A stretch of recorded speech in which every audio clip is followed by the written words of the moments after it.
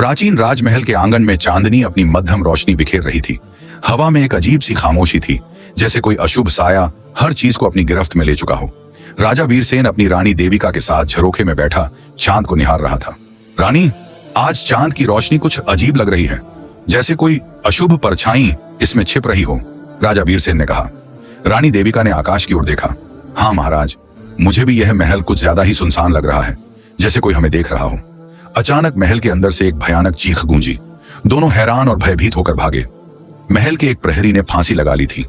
उसके चेहरे पर डर की छाप जमी हुई थी। अगली सुबह दरबार में पंडित वासुदेव और मंत्री चंद्रप्रकाश को बुलाया गया।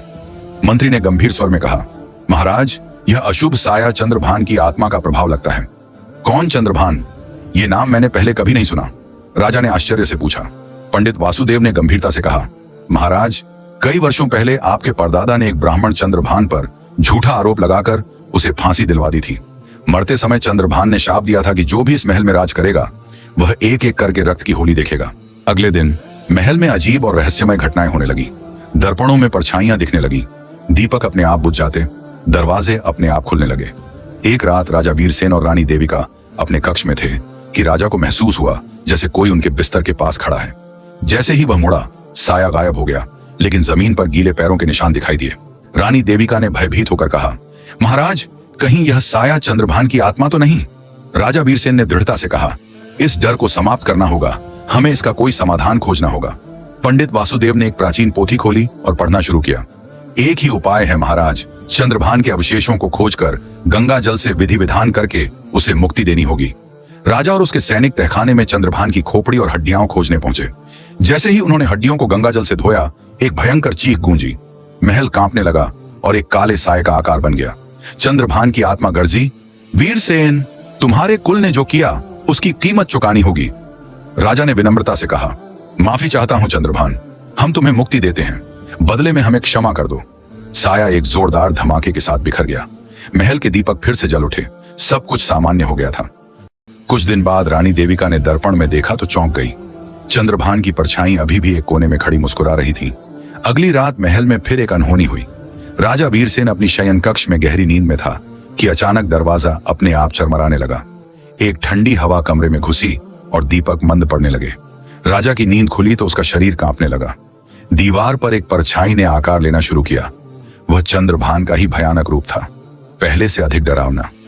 चंद्रभान की फुसफुसाहट गूंजी, तुमने मुझे मुक्ति देने की कोशिश की, लेकिन बदला चुकाए बिना यह श्राप समाप्त नहीं होगा।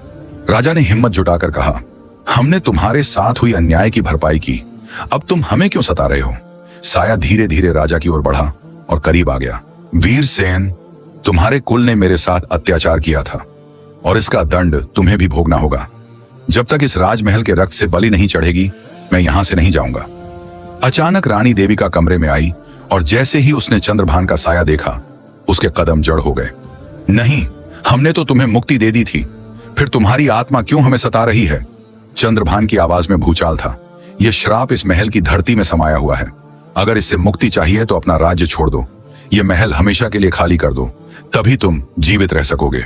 राजा और रानी एक दूसरे की ओर देखने लगे। क्या वे सच में अपना ताज और महल छोड़ने के लिए तैयार थे?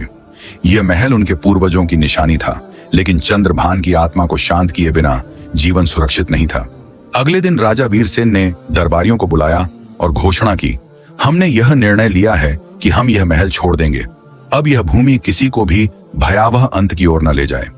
उस रात राजा और रानी ने चुपचाप अपना सामान बांधा और महल से निकल गए। जैसे ही वे महल की चौहद्दी से बाहर निकले, पीछे से एक भयानक चीख सुनाई दी, जैसे कोई आत्मा मुक्त हो रही हो। देखते ही देखते महल की दीवारों में दरारें पड़ने लगीं और वह धीरे धीरे जमीन में समाने लगा। राजा और रानी ने पीछे मुड़कर देखा। जहां कभी एक भव्य महल खड़ा था, अब वहां केवल एक सुनसान खंडहर बाकी था। चंद्रभान की परछाई अब गायब थी, लेकिन हवा में उसके अंतिम शब्द गूंज रहे थे, बदला चुका दिया गया, अब मैं मुक्त हूं।